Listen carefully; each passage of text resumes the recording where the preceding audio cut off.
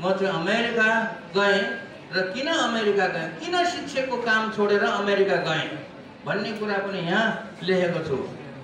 र भाइ बहिनीहरूलाई म यसको जानकारी दिन चाहन्छु कि म शिक्षकको 13 वर्षसम्म थाई शिक्षक थिएँ। गर्दै गर्दै म किन अमेरिका गएँ भन्दाखेरि सिडिओसँग झगडा गरेर अमेरिका गएँ। अनि सिडिओसँग किन झगडा गयो भन्दाखेरि एसएलसीको जाँच हुँदाखेरि सिडिओले आएर सबै मास्टरहरूलाई गाली गर्न थाल्यो। अनि रिस उठेपछि त्यो सिडिओसँग झगडा पर्यो हैन। अनि सिडिओले मलाई चाहिँ थुनिदियो, 1 हप्ता उहाँ चौकीमा लगेर थुनिदियो। अनि मैले सिडिओसँग त्यसको रिस उठेर ल तेरो जागिर म खान्न भनेर छोडेर शिक्षकको जागिर छोडेर हिँडेँ। अब हिँडेर कहाँ जाने हैन। उति बेला अहिलेको जस्तो विदेश जाने चलनै थिएन, कसै पनि विदेश जाँदैन थियो।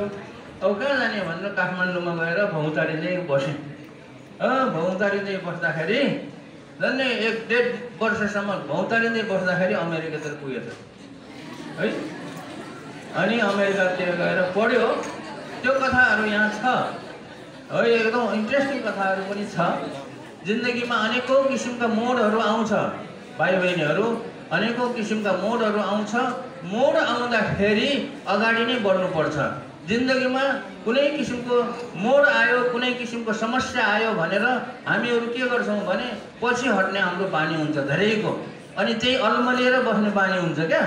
यहाँ आयो, हिँड्दै हिँड्दै जाँदाखेरि एउटा मोड आयो, अप्ठ्यारो आयो, अब के गर्ने भनेर दङ्ग परेर बस्यो, अल्मलियो, त्यहाँ अगाडि बढ्न साहस गरेन।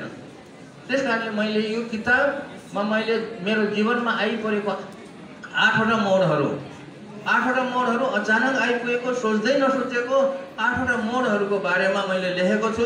हरेक मोडमा म चाहिँ कहीँ पनि रोकिएन। मोड आउने बित्तिकै फेरि बाटो बदलेर अर्कोतिर लागेँ। यसरी चाहिँ यो एउटा कथा लेखेको छ, उदाहरणसहित लेखेको छ। र अमेरिकाबाट फर्केपछि मैले गाउँमा बसेर काम गरेँ। 32 वर्ष भयो काम गरेको। 32 वर्ष काम गर्दाखेरि विभिन्न किसिमको कामहरू गरेको थिएँ र कस्तो किसिमको कामहरू गरेँ, कसरी गरेँ भन्ने कुराहरू र जीवनमा मैले देखेको सपनाहरूको बारेमा पनि लेखेको छु।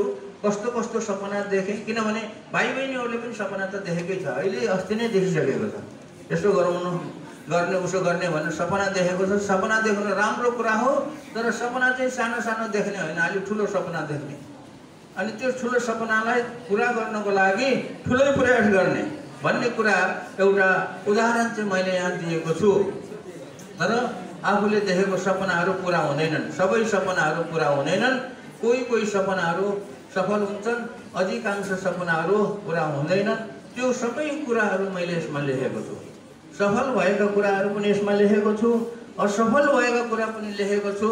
र भाइ बहिनीहरूलाई के मैले एउटा सन्देश दिन चाहेको छु भने जीवनमा असफल भयो भने कहिले पनि हरेस नखानु। असफल भयो भने हरेस नखानु, साहस गर्नु, प्रयास गर्नु र समस्यासँग जुझ्नको लागि अथवा जीवनमा बाँच्नको लागि सङ्घर्ष गर्नको लागि चाहिँ यो दिमाग चाहिँ खुब प्रयोग गर्नु भनेर मैले भाइ बहिनीहरूलाई एउटा सन्देश दिन खोजेको हो। भाइ बहिनीहरूलाई मोटिभेट गर्न खोजेको हो, इन्स्पायर गर्न खोजेको हो। यो कथा पढेर भाइ बहिनीहरू इन्स्पायर भएर, मोटिभेट भएर जीवनमा चाहिँ केही न केही राम्रो काम गर्यो भने त्यो चाहिँ ठुलो उपलब्धि हुन्छ। त्यस कारणले यो किताब लेख्नको दोस्रो उद्देश्य चाहिँ र ठुलो उद्देश्य चाहिँ के हो भने युवाहरूको सोचाइ परिवर्तन गर्न खोजिरहेको छु मैले यो किताबको माध्यमबाट। सोचाइ कस्तो सोचाइ? सङ्घर्ष गर्ने सोचाइ। सङ्घर्ष गर्नु पर्दो रहेछ, सङ्घर्ष गर्नको लागि एकदमै कोसिस गर्नु पर्दो रहेछ, उपायहरू खोज्नु पर्दो रहेछ, दिमाग लगाउनु पर्दो रहेछ भन्ने सन्देश दिन खोजिरहेको छु। तर कतिपय भाइ बहिनीहरूलाई के लाग्ला भने हामीले सङ्घर्ष गर्नु पर्दैन होला, जिन्दगीमा सङ्घर्ष गर्नु पर्दैन होला भन्ने कुरा भाइ बहिनीहरूलाई लागेको हुनसक्छ। सङ्घर्ष जिन्दगीमा यो पृथ्वीमा जन्मने हरेक, चाहे त्यो जनावर होस् चाहे मानिस होस्, हरेक मानिसले चाहिँ सङ्घर्ष गर्नुपर्छ। हामीले सङ्घर्ष गर्ने भन्ने बित्तिकै के ठान्छौँ भने यो गरिब गुरुवाहरूले मात्रै, गरिबहरूले मात्रै, दुःख पाउनेहरूले मात्रै जिन्दगीमा सङ्घर्ष गर्नुपर्छ होला भनेर ठान्छौँ। सबैले गर्नुपर्छ, धनीले त झन् धेरै सङ्घर्ष गर्नुपर्छ, गरिबले पनि सङ्घर्ष गर्नुपर्छ। भाइ बहिनीहरूले अहिलेसम्म सङ्घर्ष गरेको छैन कसैले सङ्घर्ष गरेको छ भने म अहिले प्रश्न सोध्छु, हात उठाउनु है त। सङ्घर्ष भनेको के हो त भन्दाखेरि आफूले कमाउने सङ्घर्ष गर्नु परेको छैन अहिलेसम्म।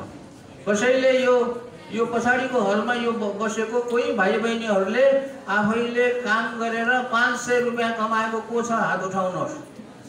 आफैले एउटा दुईटा तीनटा चारवटा 5 6 7 8 9 9वटा उठ्यो अघि 9वटा उठ्यो, त्यो मामुली कुरा भयो।